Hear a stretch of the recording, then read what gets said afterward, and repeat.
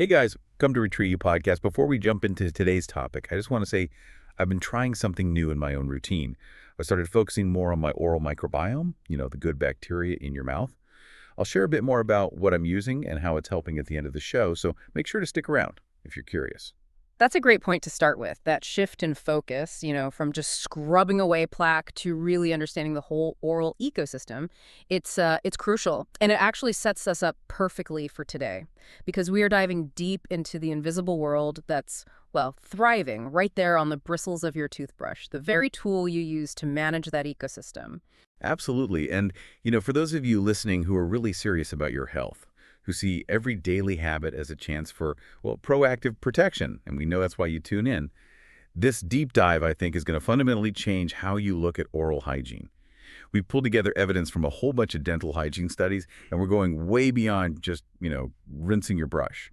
Our mission here is to give you clear, actionable, evidence-based steps for proactive hygiene you can start using, like today. And here's the kicker, the shocking hook, if you will. Research confirms that a single toothbrush can harbor well over 100 million microbes. Just let that sink in for a second. We're talking about brushing your teeth with known pathogens, things like E. coli, staphylococcus, fungi, even viruses, every single day, twice a day. Wow, 100 million microbes. That's a staggering number. It's like a whole city living on that tiny plastic head. Yeah. I think most of us just assume, because you're using toothpaste and water, the brush must be sort of self-cleaning, right? Or at least sanitizing itself. Yeah, that's the common assumption, but the science really tells a different story. Our sources are clear. The contamination happens almost immediately. Your toothbrush gets microbiologically contaminated after the very first time you use it. And here's the critical part. The microbial load, just the sheer number of germs, it only goes up with continued use. It's not just a dirty tool. It quickly becomes a reservoir for these pathogens. Okay. Let's unpack this microbe zoo a bit more. This is where we really need to face the extent of the contamination because those numbers are, frankly, a bit terrifying. They really are. The research is eye-opening. It shows just how widespread these dangerous microbes are. Beyond just the sheer volume, that 100 million number, we need to look at who's actually living there. We routinely find common pathogens like staphylococcus, different types of streptococcus, viruses like herpes simplex virus 1, but the one that always seems to shock people the most, the high prevalence of fecal germs. Yes. That's the data point that always makes me pause and rethink my entire bathroom layout, especially the findings about fecal contamination in shared spaces. Those are just staggering. Oh, absolutely. That study in the university communal bathroom, it's really a cornerstone piece of research here. They looked at hundreds of toothbrushes, and they found that no matter how people stored them, whether it was in a closed travel case, standing up in a holder, or just, lying on the counter, at least 60% of those toothbrushes were contaminated with fecal coliforms. 60%. So in nearly 2 out of every 3 brushes, they found bacteria that basically indicate, well, poop. That's incredibly high. But I think the detail that really got me was what they figured out about where that contamination was coming from. Exactly. In those shared communal bathrooms, the risks just skyrocket. The researchers calculated there was an 80% chance, 80, that the fecal coliforms on one person's toothbrush actually came from another person using that same bathroom. 80%. Okay, that completely changes the game. It's not just about what you might introduce to your own brush anymore. You're basically swimming in this aerosolized germ soup from other people, often without even realizing it. It really highlights how our personal hygiene tools are only as clean as the environment allows them to be. Precisely. Now, to help our listeners understand the risk, maybe we can categorize these pathogens. Let's think about 2 groups. The ones causing mostly localized oral issues, and then the ones that pose systemic risks, to the rest of your body. That makes sense. Good way to break it down. Let's start with the ones that mess with your mouth directly, the dental disruptors. Okay. Well, the most famous oral contaminant we see again and again is Streptococcus mutans. This is the main bacteria behind dental caries, what most people just call tooth decay or cavities. In some of these contamination studies, it showed up in about 50% of the brushes they sampled, half of them. Half. Wow. Then you've got Staphylococcus aureus, found in maybe 40% of samples. This one's often linked to soft tissue infections, things like canker sores, maybe abscesses, or just general gum inflammation. And we can't forget the fungi. Specifically, Candida albicans. That's the yeast that causes oral thrush, those white patches you can get in your mouth. So hang on. If someone's battling, say, chronic low-grade decay, or their gums are always a bit inflamed, and they feel like they're doing everything right, flossing, using good toothpaste, the source of the problem might literally be the tool they're using to clean their teeth.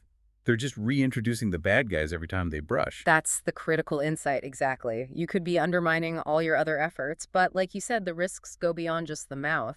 When we look at those systemic pathogens, the ones that can affect your gut or your respiratory system, the concerns really deepen, especially for people who might be more vulnerable. And this is where we find microbes like Escherichia coli or E. E. coli. coli. Okay, most people link that with like food poisoning or stomach issues. What kind of levels were found on toothbrushes? Studies typically find E. coli in about 20% of samples, so 1 in 5. Its presence definitely signals a potential gastrointestinal risk. But maybe more concerning are things like Klebsiella species and Pseudomonas species, which also show up routinely. Okay, Klebsiella and Pseudomonas.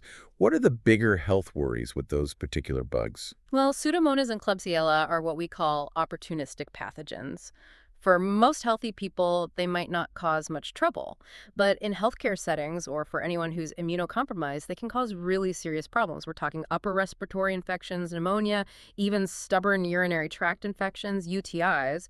And this difference, between local mouth problems and wider systemic risks, it brings us to a really crucial point for anyone listening who's serious about their overall health. Mhm.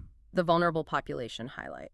Right, this is a detail I think often gets missed in general hygiene advice, but the data is really striking, especially when you look at people managing chronic conditions. It's absolutely critical information for infection control in these groups.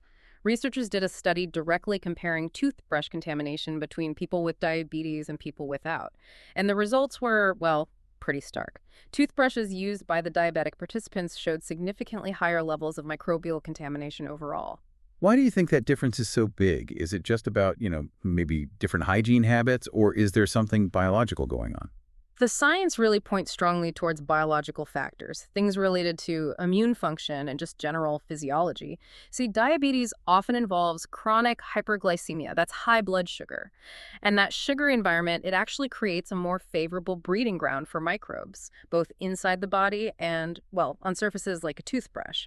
Plus, people with diabetes often have some degree of impaired immune function. Their body is just less effective at keeping microbial populations in check on their skin, their gums, and yes, on the toothbrush they're handling twice a day. Okay, so they might start with a higher load of microbes in their mouths to begin with, and their body's defense system is already a bit hampered.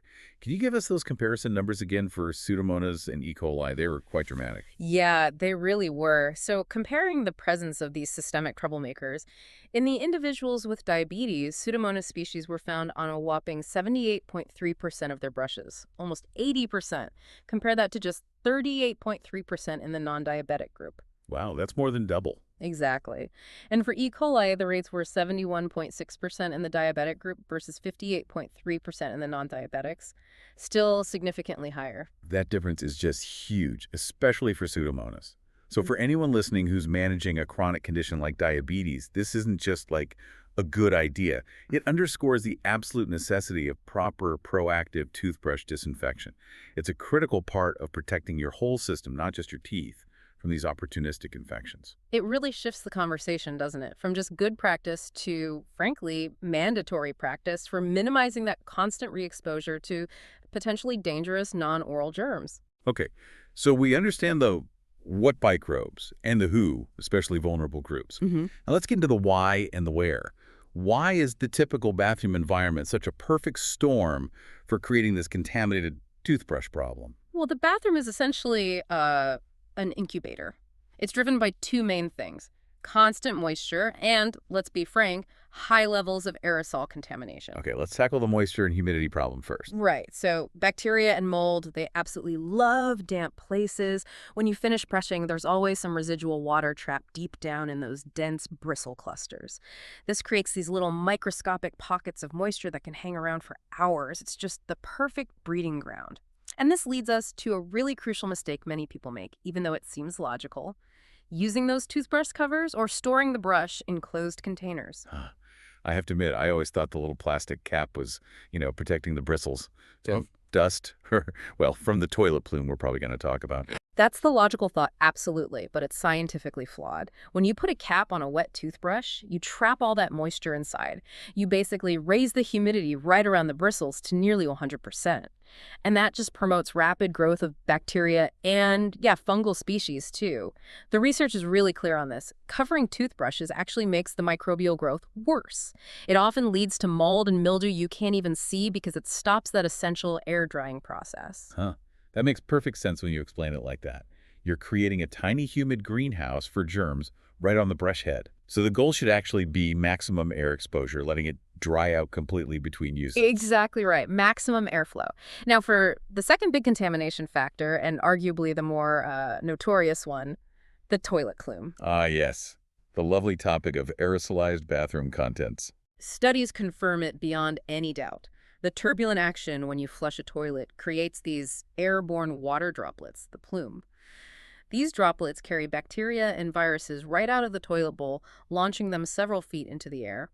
And they basically contaminate everything in their path. If your toothbrush is stored anywhere nearby, on the counter, in a holder by the sink, it's getting a regular misting of whatever was in the toilet. Ugh. So every single time someone flushes without closing the lid, they're essentially giving their toothbrush a microbial shower. You are literally inoculating it with contaminants, potentially including those fecal coliforms we talked about earlier. And the data backs this up. Sources clearly show that storing brushes outside the bathroom leads to significantly less contamination compared to keeping them inside. It really highlights that plume as a major way germs spread. Okay, so toilet plume is a big one. What about just general cross-contamination? Especially for people sharing a bathroom, like roommates or families. Cross-contamination is definitely rampant. Storing multiple toothbrushes huddled together in the same cup or holder, that allows for physical transfer of bacteria from one brush to another, especially if the bristles touch. But it goes beyond just brush-to-brush contact. The whole environment contributes. Think about the high-touch surfaces in a shared bathroom. The faucet handles, the edge of the sink, the doorknob, they all harbor lots of bacteria. And then those germs get transferred via hands to the toothbrush holder or even the handle of the brush itself. We actually have some really interesting data illustrating just how dirty these things get using ATP testing. It gives us a number for organic dirtiness. Can you explain those RLU numbers? Right, the ATP test. It measures adenosine triphosphate, which is basically a molecule found in all living or recently living cells. So it's a great way to quantify organic contamination, essentially, how much bioload is on a surface. The result is given in relative light units, or RLU. It's used everywhere, from hospitals checking cleanliness to food factories. And what's considered acceptably clean, say, for a surface in a hospital? What's the RLU target? Well, for high standards like hospital cleanliness, surfaces are generally considered acceptably clean only if the RLU reading is super low. Typically, the target is somewhere between 20 and 60 RLU. Anything above 60 signals a significant amount of biological material. Okay, so 60 RLU is the ceiling for clean. What were researchers finding on the average everyday used toothbrush then? The results were, well, they were way beyond that. They really highlight the density of this microbial world we're dealing with. Researchers measured RLU levels on toothbrushes people were actually using. The average RLU level for female participants was already around 295. For males, it was a bit lower, but still high, around 202. Whoa, almost 5 times the acceptable limit just for the average brush? Yes, but it gets worse. The peak figures they recorded were truly alarming. On some of the toothbrushes they swabbed, researchers found RLU levels hitting 3,248, and one peak reading was a shocking 4,635 RLU. 4,635 RLU, when the clean limit is 60. Let's pause on that. Yeah. To a microbiologist, what does a reading like 4,600 even mean? Is that just dirty, or is that like a whole thriving ecosystem? Oh, it's absolutely a dense, thriving biofilm ecosystem. A reading in the hundreds already tells you there's significant organic contamination. When you get into the thousands like that, it means the surface is heavily colonized. You've likely got multiple layers of microbial communities, bacteria, proteins, bits of cellular debris, all stuck together in that protective slime layer. It paints a very vivid picture of just extensive colonization that, crucially, cannot simply be rinsed away with tap water. That definitely drives home the point. Simple rinsing isn't enough. Which brings us perfectly to the first line of defense, Mm. the basic foundational hygiene steps recommended by groups like the ADA. Exactly. These basics, coming from organizations like the American Dental Association's Council on Scientific Affairs, they're like the non-negotiable groundwork. They help slow down that contamination process.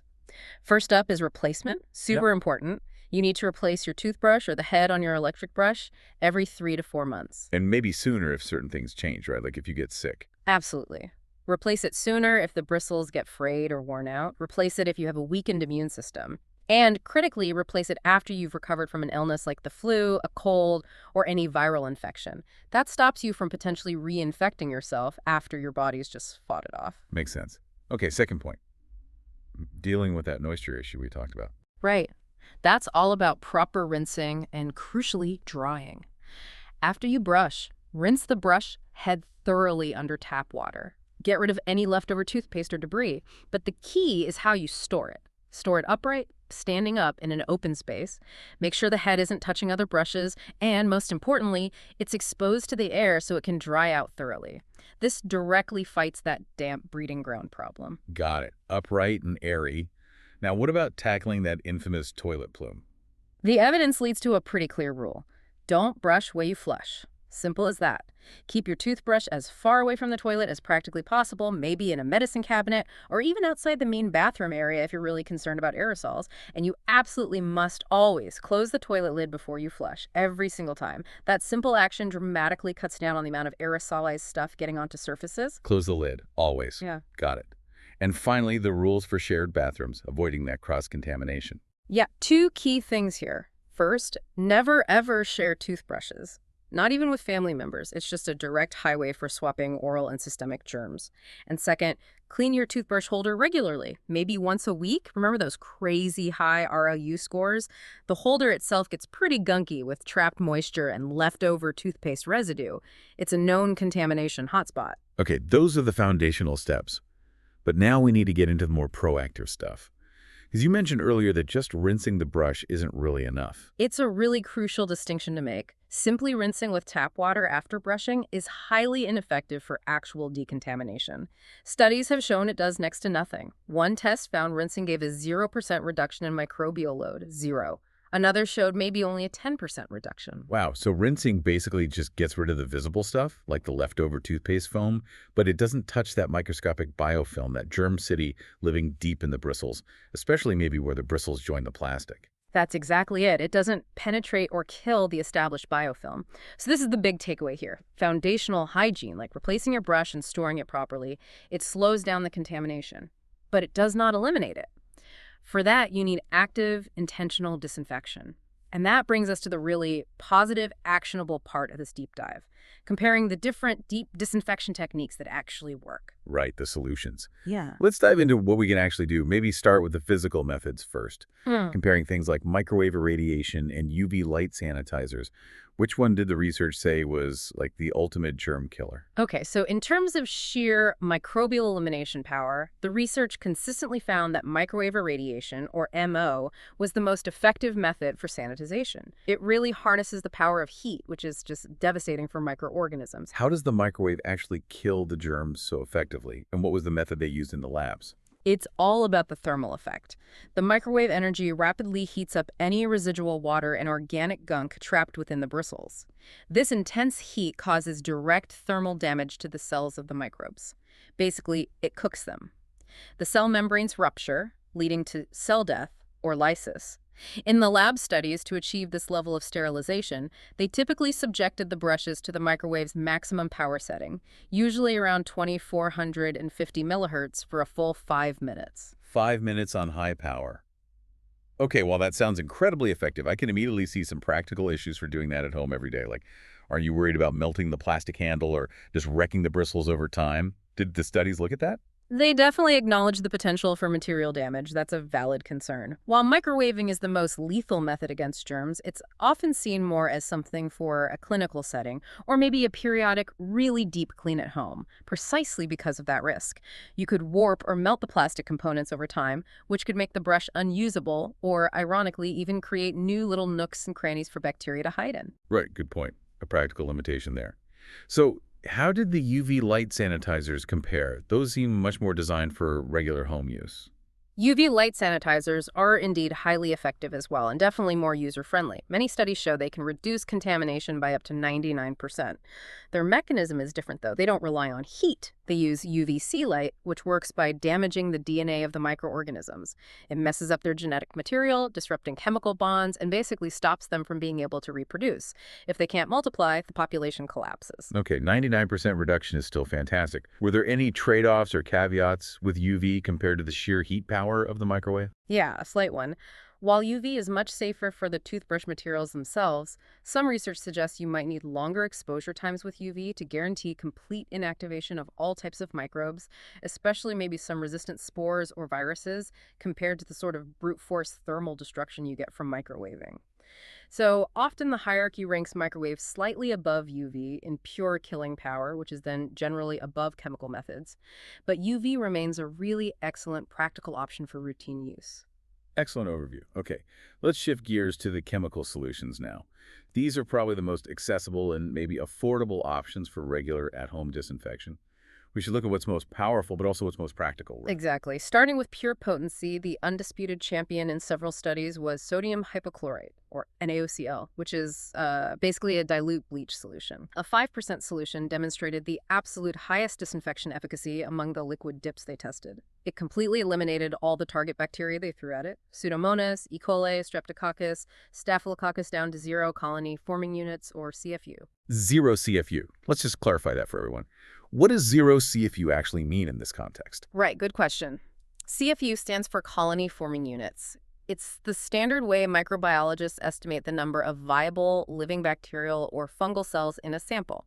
So when a test result comes back as 0 CFU, it means that after they disinfected the brush bristles and then tried to grow any remaining microbes in a lab culture, absolutely nothing grew. It represents complete eradication of the tested pathogen. Total eradication. That's the gold standard. But the mention of sodium hypochlorite, basically bleach, immediately brings up safety flags for home use. It absolutely should. While that 5% AOCL is the most potent killer, it's also highly corrosive and needs to be handled very carefully. It's definitely not something you'd want to casually dip your toothbrush in every day. There's a risk of ingesting residual traces. You have to be careful with the concentration, rinse it extremely well. It's just not practical or advisable for routine home use, which is why we quickly move on to safer but still highly effective daily alternatives. Okay, good. Let's talk about the more common options then. What about chlorhexidine gluconate, or CHX? That's found in a lot of antiseptic mouthwashes. Yeah, CHX is a well-known, powerful, broad-spectrum antimicrobial. Studies using a 0.2% CHX solution for immersion showed really good results. One study found 100% efficacy in eliminating contamination when the brush was soaked for 20 minutes. However, it's worth noting, in some head-to-head comparisons against stronger agents like bleach, other research found CHX might be slightly less potent, maybe achieving around 85% efficacy, depending on the exact soaking time and the specific types of microbes being tested. Right. Efficacy often depends on the details. Concentration time. Okay, let's look at two other very common household chemicals: hydrogen peroxide and Listerine mouthwash. Both of those proved to be highly effective as well in the studies. Immersion in standard 3.0% hydrogen peroxide, the kind you buy at the pharmacy, H2O2, showed 100% efficacy in decontaminating toothbrushes after a 20-minute soak. Similarly, soaking the brush head in Listerine, which contains a mix of essential oils like menthol, thymol, eucalyptol, plus ethanol, also showed 100% efficacy after 20 minutes in a comparable study. Okay, that gives people several really effective choices that many probably already have in their bathroom cabinet. But now we need to bring it back to that practical, actionable recommendation. We need to balance the effectiveness with the cost and ease of doing this regularly. This is absolutely key if people are actually going to stick with it. You need a solution that's both economical and effective enough for routine, everyday use by, well, the common person. And the research actually singled out one clear winner on this front. 3.0% hydrogen peroxide was deemed the most economical and effective disinfectant for this purpose. How big was the cost difference? Because if you're doing this potentially every few days, that could really add up. It's a massive difference, actually. Based on some specific cost analysis data cited in one of the studies, performing this kind of decontamination regularly, say every 2 or 3 days, using 3.0% hydrogen peroxide was estimated to cost dramatically less per month. They figured around $18. Compare that to using clinical antiseptic solutions like hexadine, which was estimated around $68 a month, or even a premium branded mouthwash like Listerine, estimated at about $94 per month for the same frequency of use. Wow, okay. $18 versus potentially close to $100 a month. That makes 3.0% hydrogen peroxide the pretty undeniable winner for an accessible, low-cost, routine deep clean. Now let's talk frequency again. If contamination starts right away, how often should people actually be doing this deep soak? Based on the studies looking at microbial regrowth rates and balancing efficacy with practicality, the general consensus recommendation seems to be deep clean the brush head about once every 48 to 72 hours. So basically once every 2 or 3 days. This regular disinfection helps prevent that microbial load from building back up to those really high RLU levels we talked about earlier. And the actionable protocol is pretty simple. Just soak the brush head in either an antibacterial mouthwash or, more economically, that 3% hydrogen peroxide solution for about 3 to 5 minutes. Then rinse it thoroughly with tap water before letting it air dry upright. 3 to 5 minutes every couple of days. That seems like a really small time investment for potentially huge protection for your overall health. Absolutely. The goal is to make this deep hygiene step sustainable and easy to incorporate. Okay, we've covered the high-tech options like UV, the very effective and economical chemical dips like peroxide, but I'm really curious about truly simple, natural, kitchen cupboard type solutions. Is there anything from, the pantry that can actually achieve a similar level of disinfection? This was actually one of the most exciting findings, I think, especially for health-conscious consumers looking for natural options, because the research uncovered an extremely promising, high-efficacy natural solution, a simple combination of white vinegar and common table salt. Wait, seriously, vinegar and salt? That sounds like something you'd use to clean drains, not disinfect a toothbrush. How could that possibly compete with something like chlorhexidine? That's what's so fascinating. The research looked specifically at the power of acetic acid, which is the active component in vinegar. They found that vinegar alone, specifically, they used 38% white vinegar concentration in the study. It showed moderate disinfection capabilities on its own. But here's the kicker. Researchers discovered that adding just 3.5% sodium chloride, that's just regular table salt, dramatically boosted the antibacterial action. It created a synergy that surprised even them. Okay, so what happened when they combined those two super cheap ingredients? What were the results? The combination of that 38% white vinegar and 3.5% salt solution was found to be the most efficient disinfectant among all the home remedies they tested in one particular study. It achieved near total decontamination of the bristles. And here's where it gets really interesting. In that specific head-to-head comparison, the vinegar-salt mix actually outperformed vinegar used alone, and it even outperformed a 0.12% chlorhexidine solution. Hold on. A simple soak in salt and vinegar beat a known clinical antiseptic in a controlled lab study. That's pretty remarkable. We need to understand the why. What's the mechanism? Why does adding salt make the vinegar so much more powerful? It's actually a really elegant chemical tag team strategy. The salt, the sodium chloride, acts first. It basically disrupts the outer defenses of the bacterial cells. Bacteria have these protective amino compounds on their surface, and the salt ions help to weaken or even penetrate these outer layers. Once those defenses are compromised, the bacteria become much more vulnerable to the killing action of the acetic acid in the vinegar. Ah, okay, so the salt kind of roughs them up, weakens their shields, and then the acidic vinegar can get in easily and deliver the knockout blow, messing up their insides. That makes sense why the combination is so much more effective than just using vinegar or just salt water alone. It's the perfect example showing that high efficacy doesn't always have to mean high cost or complex chemicals. For listeners looking for a really economical, natural, and scientifically validated routine, this vinegar and salt soak is an extremely strong contender. That's fantastic news. Were there any other really simple natural methods that showed some effect? Maybe something using heat, but less intense than the microwave. Yes, a couple of other simple methods were looked at for baseline reduction, though maybe not quite as potent as the vinegar-salt combo. Soaking the brush in plain vinegar alone still did pretty well, reducing bacterial growth by about 80%. And just using soap showed around a 60% reduction. So even without the salt boost, vinegar is quite effective. Additionally, for maybe a weekly, more intense deep clean without risking melting plastic, boiling water or hot steam is an option. You could place the brush head down in a mug, pour boiling water over it, let it sit for maybe a minute or two, and then rinse it with cold water. The high heat should kill close to 100% of bacteria and germs, similar to pasteurization. Okay, great. So we really have multiple pathways here for proactive disinfection. Yeah. Whether you choose a high-tech UV sanitizer, the super cost-effective 3% hydrogen peroxide dip, or that surprisingly powerful natural vinegar and salt soak, all of these are concrete, actionable steps listeners can take today to go way beyond just basic rinsing. And that's really the core positive message from this deep dive, isn't it? The contamination problem is real and pervasive, yes, but the solutions are equally accessible, they're proven by science, and they can be pretty easily integrated into your existing routine. Absolutely. Okay, let's try and wrap this up with a quick summary of the most critical takeaways for our audience, especially those learners who are really serious about optimizing every aspect of their health. Right. The key takeaways really boil down to four fundamental pillars for truly proactive toothbrush hygiene. First, the contamination problem is real. It starts immediately with the first use, and it poses an even greater risk for people with existing health conditions, like diabetes.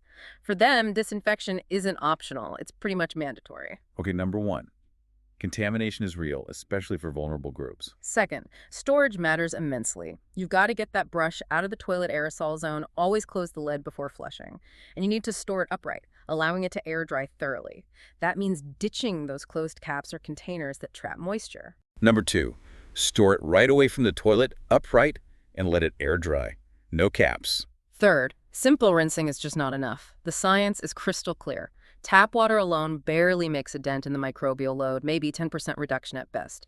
Active, intentional disinfection, ideally every 48 to 72 hours, is necessary to truly protect your systemic health. Number three, rinsing fails. Disinfection is a must every 2-3 days. And fourth, you have excellent, effective, and affordable options readily available. The top methods validated by science include microwave, potent but tricky, UV sanitizers, great for routine use, and for the most economical and practical routine disinfection, 3.0% hydrogen peroxide or that powerful vinegar and salt combination are your best bets. And number four, use proven methods. UV, H2O2, or vinegar salt are top practical choices. Perfect. That's a really comprehensive summary, turning some, frankly, scary facts into clear positive actions. Now, as we finish up, let's leave our listeners with that final provocative thought we discussed. We've clearly established that our toothbrushes become massive reservoirs, not just for mouth bacteria, but also for these non-oral bugs like E. coli and Pseudomonas that can impact our gut and respiratory health, systemic risks. Right, and dental professionals often use that analogy, reminding us that the standard for cleaning oral hygiene tools really ought to be the same as for any personal hygiene cloth. No one would ever dream of using the same washcloth day after day without cleaning it properly after each use. Exactly. So given that contamination starts literally after the very first brushing, and given how common these non-oral, potentially harmful bacteria are on your brush, how often should you really be disinfecting? Not just rinsing to protect your entire body, not just your teeth. Is a deep clean every 2 or 3 days actually enough? Or should we be thinking about disinfection, maybe even a quick dip after every single use? That really is the question to ponder, isn't it? It requires a potential shift in our whole hygiene mindset.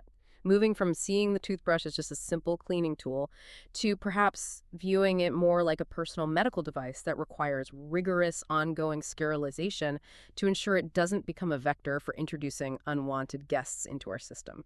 A really powerful thought to end on. Okay, now circling back quickly to what I mentioned right at the start of this deep dive, my own experiment focusing on the oral microbiome. Yes, that dual approach.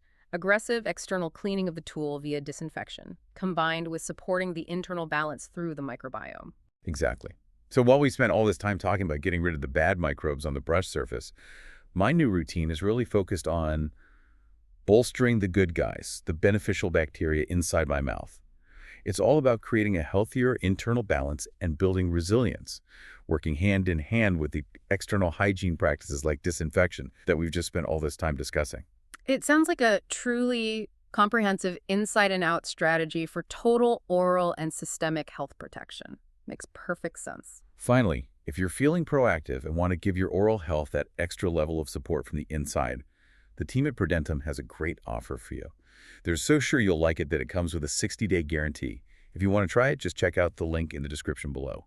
Remember, it's not a replacement for brushing or for disinfecting your brush. It's about giving your body the good support it needs from the inside out. Thank you, everyone, for joining us on this, I think, really essential deep dive into proactive toothbrush hygiene. Some important stuff today. Definitely. Remember to take those action steps we talked about. Keep exploring your health proactively. Stay curious. And we'll catch you next time on the Retreat You podcast.